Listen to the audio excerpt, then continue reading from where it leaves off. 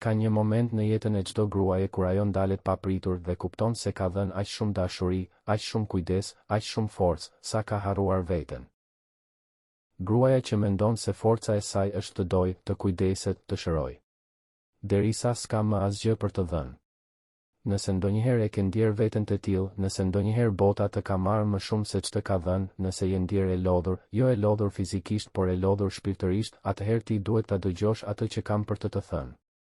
Ajo që ti ke bërë, kujdesi, dashuria, vetmohimi nuk është një rastësi. Është një histori që nisi shumë herët që ndoshta as ti vetë se mban në mend dhe ky vend është fëmijëria. Sipas Carl Jung, njeriu nuk lind me shprehim për të harruar veten. Ai mëson ta bëj këtë. Dhe gruaja e mëson më herët se të gjithë. Një fëmijë mëson të përshtatet dhe në një ambient ku vetflijimi njihet si virtryt, ai mëson të bëj këtë. Ai mëson të mbijetojë duke u përshtatur me pritshmëritë e të tjerëve. Fëmijët që rriten në këtë ambient mësojnë herët se zëri i tyre nuk është aq i rëndësishëm sa paqja e shtëpisë, se nevojat e tyre duhet shtyrë për më vonë, se lumturia e të tjerëve vlen më shumë se ndjenjat e tyre. Personaliteti i njeriut fillon të ndërtohet shumë më herët se sa ne e kuptojmë.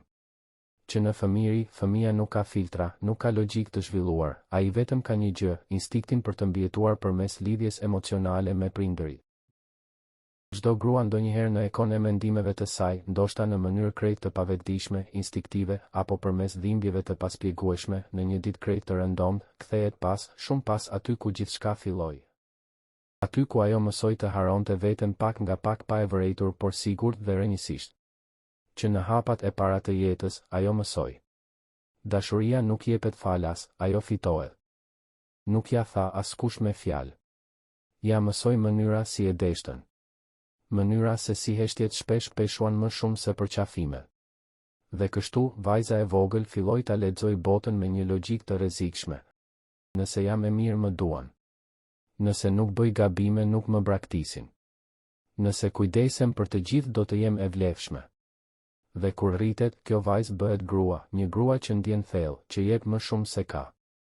Një grua që i sheh të gjithë përveç vetes.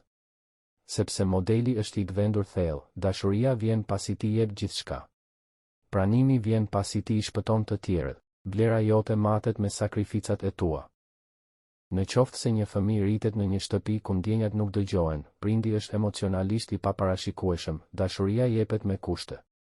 Atëherë fëmia krijon një përfundim të rrezikshëm, unë duhet të jem e mirë, e qetë, e kujdesshme, ndryshe nuk jam e dashur. Ky model i mëson fëmijës 3 gjëra: të lexojë emocionet e të tjerëve më shumë se të vetat, sepse siguria atyre varet nga kjo, të ndihmojnë të tjerët që të mos humbin miratimin ose dashurinë, dhe ndoshta më tragjikja, të shtypin dëshirat personale sepse ato mund të shkaktojnë konflikt. Kështu lind identiteti i rem, identiteti që ekziston për të tjerët por jo për veten. Dhe kështu kur rritet ky fëmijë bëhet një grua që tanim ajo jep automatikisht, një grua që ka humbur pjesë të vetvetes, ato që Jung i quante hije. Është ajo gruaja që nuk di si të kujdeset për veten pa u ndjetë fajtore. Ajo haron veten, jo sepse don por sepse dikur si e vogël mësoi se dashuria fitohej vetëm duke dhënë. Ajo formoi besimin, nëse unë kujdesem për të gjithë ndoshta dikush do të kujdeset për mua. Dhe pikërisht këtu është momenti kur krijohet hija psikologjike, një pjesë e vetes që mbetet e shtypur për vite me radhë. Hija që thot edhe ti ke nevojë, edhe ti meriton. Carl Jung besonte se njeriu e gjen lirinë e tij të brendshme vetëm kur guxon të përballet me hijen e tij, pa ikur, pa e zbukuruar, pa e mohuar. Dhe kjo është rruga e gruas që do të takosh tani. Ajo nuk është e zhurmshme, nuk kërkon duar trokitje. Por vetë prania e saj është një dëshmi e gjallë e një force që të hesht, të ndalon dhe të bën të reflektosh. Sepse forca e vërtet e një gruaje nuk qëndron në atë që ajo ja tregon botës, por në atë që ajo e ka mbijetuar në heshtje. Kjo grua e njohu hijen e saj dhe e pranoi atë plotësisht, dhe kur e bëri atë, kur me të vërtet e bëri atë, atëherë ajo u plotësua. Ajo pa zemrimin dhe e pranoi atë, ajo ndjeu dhimbjen dhe e përqafoi atë, ajo i njohi dëshirat dhe i përvetsoi ata. Ajo e pa fuqinë e saj dhe nuk u frigua, por për së pari herë në jetën e saj e pranoi atë, dhe e shikoi në sy, nuk vrapoi, nuk u largua, por e pranoi dhe e përvetsoi atë. Kjo është gruaja që e integroi veten e saj, që e pranoi veten e saj me tërësinë, hijen dhe dritën, forcën dhe dobësinë. Ajo e dinte që forca e vërtet nuk ishte agresioni por rezistenca e heshtur, butësia që transformon, aftësia për t'i mbijetuar dhimbjes. Jung tha se në një grua forca më e madhe është brendësia e saj e paspjegueshme, gruaja është një forcë transformimi. Rruga e kthimit tek vetja nuk ishte e bukur. Nuk ishte e shpejtë. Por ishte rruga që e çliroi. Zgjimi ai zgjimi vërtet rënjësor fillon atë ditë kur gruaja lodhet se qeni gjithmonë e fortë. Ajo tërhiqet, hesht. Ndjen trupin dhe shpirtin të lodhur. Dhe e kupton, kam dashur të gjithë përveç vetes. Kjo grua më në fund kupton se dashuria pa kufi nuk është dashuri, është vetë flijim, se qetësia nuk është heshtje, është shtypje. Se durimi i tepruar nuk është virtryt, është humbje e kufive, dhe se të shpëtosh të tjerët ndërkohë që po fundosesh vetë nuk është heroizëm por tragjedi.